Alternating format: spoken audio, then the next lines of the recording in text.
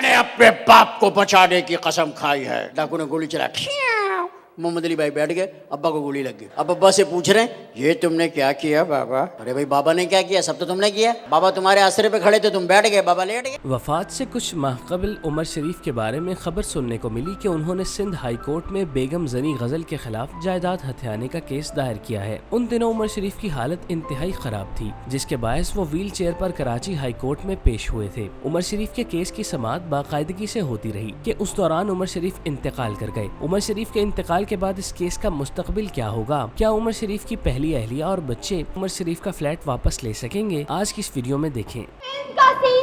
کچھ بھی تھا, ہاتھ تو پکڑ رہے تھے وہ آپ کا, اس طرح سے سینات پکڑا تھا آپ کا, میں نے کہنا چھڑایا تھا یوں کر کے 1 منٹ کے اندر. دیکھا میرا فرض, تمہارا فرض نہیں تھا, پھر کس کا فرض تھا؟ یہ وہ سین تھا بھائی. سین بات میرے ساتھ نہیں چلی. بیٹی ہیرا کی وفات کے بعد عمر شریف کے ساتھ زندگی نے جو بے ثباتی برتی, اس نے دیکھنے والوں کے رونگٹے کھڑے کر دیے. بیٹی کے وصال میں کامیڈی کا ماؤنٹ ایوریسٹ جس طرح نڈھال ہوا وہ سب نے دیکھا. جب قہقہے بکھیرنے والے عمر شریف کے دل کو غم کے آسیب نے آگھیرا تو ان کا جسم اپنی تمام تر توانائیاں کھو بیٹھا. اور پھر پاکستانی عوام نے وہ دردناک منظر بھی دیکھا جب سٹیج پر برق رفتاری سے ادھر ادھر دوڑنے والا اور نان سٹاپ ناظرین کو اپنی باتوں سے محظوظ کرنے والا عمر شریف اس قدر نحیف ہو گیا کہ اسے سہارے کے لیے ویل چیئر کی ضرورت پڑ گئی. اس بات میں کوئی شک نہیں کہ عمر شریف کی وفات سے زیادہ تکلیف انہیں اس قدر کمزور حالت میں دیکھ کر ہوئی جسے دیکھ کر کلیجہ باہر کو آ گیا. سب نے ان کے لیے بڑے پیغامات اور دعائیں خیر ارسال کی. ان کی صحتیابی کے لیے سوشل میڈیا پر پیغامات بھیجے.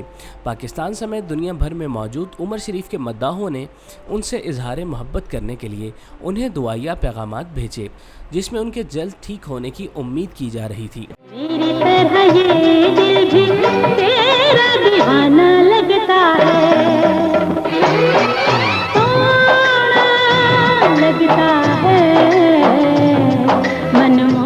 ابھی عمر شریف کی خراب حالت کے قصے زبان زد عام تھے کہ اس دوران خبر آئی کہ عمر شریف اپنی تیسری اہلیہ زنی غزل کے خلاف سندھ ہائی کورٹ پہنچ گئے ہیں, جہاں انہوں نے ان کے خلاف جعل سازی سے فلیٹ پر قبضہ کرنے کے خلاف دائر کیا ہے. اس بارے میں جب میڈیا پر خبریں چلیں تو دل یہ منظر دیکھ کر مزید اداس ہوا کہ خراب طبیعت ہونے کے باعث عمر شریف ویل چیئر پر عدالت پہنچے ہیں اور اپنا مدعا بیان کیا تھا, جس پر عدالت نے فی الفور جائیداد کی خرید و فروخت کو کالعدم قرار دے دیا اور اس کی منتقلی کو روک دیا. اس کیس کی کہانی کچھ یوں بیان کی جاتی ہے کہ جب عمر شریف نے زنی غزل کے ساتھ شادی کی تھی تو انہوں نے مطالبہ کیا تھا کہ وہ مزید اداکاری نہیں کریں گی. اس پر اول تو زنی غزل نے انکار کر دیا, تاہم عمر شریف کے اصرار پر انہوں نے یہ مطالبہ اس شرط پر ماننے کی حامی بھری کہ وہ ان کے نام پر جائیداد کریں گے, جس پر عمر شریف راضی ہو گئے تھے. عمر شریف نے 2016 میں کراچی کے پوش علاقے عسکری 4 میں ایک پرتعیش فلیٹ خریدا, جس کے لیے انہوں نے بینک سے مبینہ طور پر لون بھی لیا تھا. اس بیش قیمتی فلیٹ کی قیمت 11 کروڑ روپے تھی, جس کی قیمت مستقبل میں مزید بڑھنے کا قوی امکان تھا. یہ وہ جائیداد تھی جو عمر شریف نے انت تک محنت سے بنائی تھی تاکہ انہیں زندگی میں آنے والے نشیب و فراز میں کسی کے آگے ہاتھ نہ پھیلانا پڑے اور نہ ہی برے وقت میں کسی کا محتاج بننا پڑے. فلیٹ حاصل کرنے کے بعد جب زنی غزل نے عمر شریف کو ان کا کیا ہوا وعدہ یاد دلایا تو وہ اس کی تکمیل کے لیے پہنچے اور اپنے ہاتھوں سے فلیٹ کا مالک اپنی بیوی کو بنا دیا.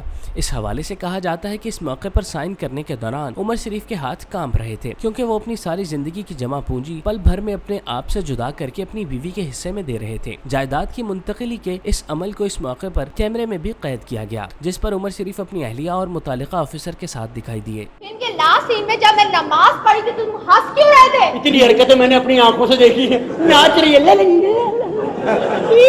چیخ رہی ہے, بچاؤ بچاؤ, شرما رہی ہے, اس کے بعد کریے نمازیں پڑھی.